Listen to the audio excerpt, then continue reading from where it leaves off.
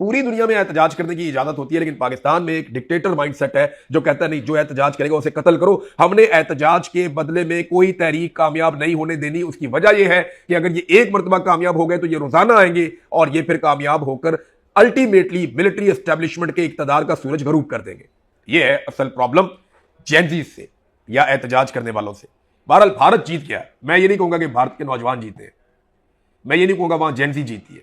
Overall Bharat की हुकूमत और भारत के नौजवानों ने एक बात साबित की कि भारत जीत गया इस लड़ाई में, जो जमहूरियत की लड़ाई है, जो इंसानी हुकूक की लड़ाई है, जो मेरिट की लड़ाई है। पाकिस्तान में पूरी अदलिया ही 2 नंबर बना दी है। वहां पे तो एक इम्तिहान की बात थी ना, या तो पूरी अदलिया ही 2 नंबर बना दी। इंडिया में 22 लाख नौजवानों का एक इम्तिहान चोरी हुआ, उन्होंने मुसीबत डाल के रख दी। पाकिस्तान में पूरा का पूरा इलेक्शन ही चोरी हो गया जिसमें करोड़ों लोगों ने वोट डाले थे। कोई जवाब देने को तैयार नहीं है। जो सवाल करता है उसको गोली मार देते हैं या जबरी तौर पे लापता कर देते हैं। वो कमिश्नर लियाकत चट्टा के साथ क्या किया गया, उसने कहा यार क्या करवा दिया तुमने हमसे, पूरा मुल्क ही बेड़गरक कर दिया।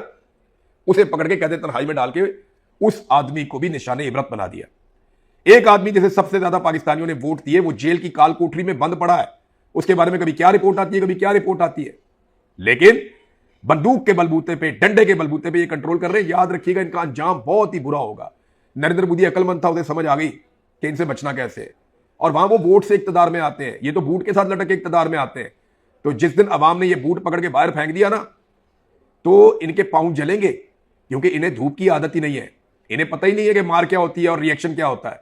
जब रिएक्शन आया ना पब्लिक का, तो इनको लग पता जाएगा, क्योंकि जितना आप जुल्म करेंगे ना, ये जेनजी उतनी मजबूत होती जाएगी। मैं लिख के देने को तैयार हूं, पाकिस्तानी नौजवान ज्यादा मजबूत है, ज्यादा जबर और जुल्म का उन्होंने सामना किया है, वो ज्यादा बाशऊर है।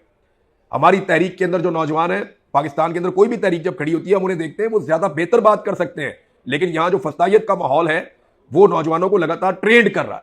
और जिस दिन पाकिस्तानी नौजवान खड़े होंगे आप देखेंगे, अभी बहुत सारे लोग आपको मायूसी फैलाने की कोशिश करेंगे, खासतौर पर मीडिया में। ओ नहीं नहीं नहीं, पाकिस्तानी नहीं खड़े होते, ओ पाकिस्तानी कौम ही नहीं है, नहीं नहीं नहीं, ये पाकिस्तानी कर नहीं सकते, ओ नहीं नहीं, हमारी जनती फारग है, और ये इंडिया की जनती बहुत अच्छी है, और नहीं ये बांग्लादेश कौम है, ये पाकिस्तानी कौम थोड़ी है। ये आपको इस तरह की कहानियां सुनाएंगे। ये फौजी जो जर्नैल है ना, वो ये कहते हैं कहानियां सुनाओ जाके टीवी पे, लोगों को मायूस करो। आपने मायूस नहीं होना। आपको नजम सिटी के, शहबाज शरीफ के, वजीर के, राणा सनाउल्लाह के, जो मर्जी कमरुद्दमान कह रहा, कोई बंदा आपको कोई भी बात कहता रहे, आपने मायूस नहीं होना। जुड़े रहे अपने कौम के साथ। अगर आप हक पे खड़े हैं ना, आप अगर हक पे खड़े हैं, हुकूमत किसी की भी है, सरकार किसी की भी है, अपोजिशन किसी की भी है, अगर आप हक पे खड़े हैं ना, तो हक से पीछे आपने नहीं हटना। और हक पता है क्या, पाकिस्तान में आज की तारीख में सबसे बड़ा हक यह है कि पाकिस्तान की मिलिट्री एस्टेब्लिशमेंट ने इस मुल्क पे कब्जा किया हुआ है और वो इस मुल्क को अपनी मर्जी से चला रहे हैं, अपने जाती मफादात के लिए। तो हमने कोशिश करनी है कि पाकिस्तान उस तरह चले जैसे पूरी दुनिया में नॉर्मल मुल्क चलते हैं। तो जेनजीज को एक मरतबा फिर मुबारक, एक एक करके अलग अलग मुल्कों में वो जीत रहे हैं। बिलाखिर पाकिस्तान में भी इंशाअल्लाह एक दिन जेनजी जीत जाएंगे। अब तक के लिए इतने, अपना ख्याल रखिएगा, अपने चैनल का भी। अल्लाह हाफ़िज़।